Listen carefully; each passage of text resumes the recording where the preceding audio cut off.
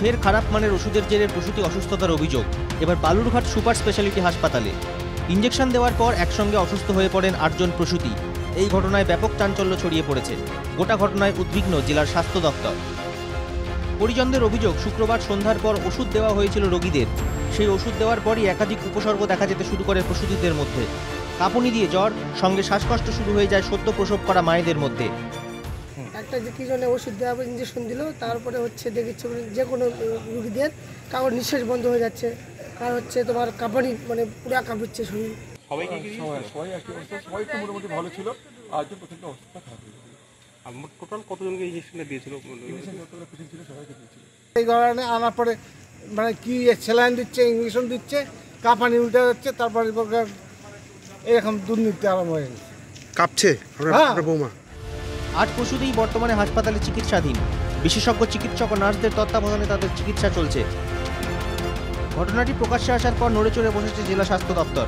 রাতেই বালুরঘাট হাসপাতালে পৌঁছন জেলার মুখ্য স্বাস্থ্য আধিকারিক সুদীপ দাস। প্রসূতিদের যেসব ওষুধ দেওয়া হয়েছিল সেই সমস্ত ওষুধের গুণমান পরীক্ষার জন্য পাঠানো হবে বলে জানা গিয়েছে।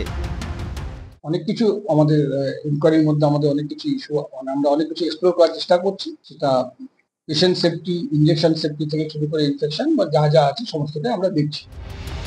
কয়েক মাস আগেই মেদিনীপুর মেডিকেল কলেজে ভেজাল স্যালাইনের জেরে প্রসূতি মৃত্যুর অভিযোগ উঠেছিল। সেই সময় সরকারি হাসপাতালগুলির বিভিন্ন ওষুধের গুণমান নিয়ে প্রশ্ন উঠেছিল। বিগত কয়েক মাস ধরে রাজ্য জুড়ে একাধিক জাল ওষুধ চক্র ধরা পড়েছে। সেই সমস্ত ভেজাল ওষুধ কি এখনও রাজ্যের সরকারি হাসপাতালগুলিতে ছড়িয়ে রয়েছে? এই ঘটনায় রাজ্য সরকারকে কড়া ভাষায় আক্রমণ করেছেন বালুরঘাটের বিজেপি সাংসদ সুকান্ত মজুমদার। এটি কোনো বিচ্ছিন্ন ঘটনা নয়।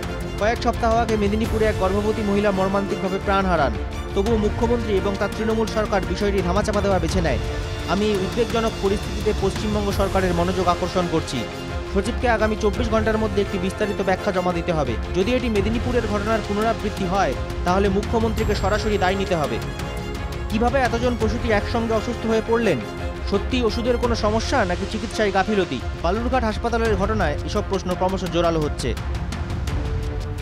বালুরঘাট থেকে সন্তু দাসের রিপোর্ট, NKTV বাংলা।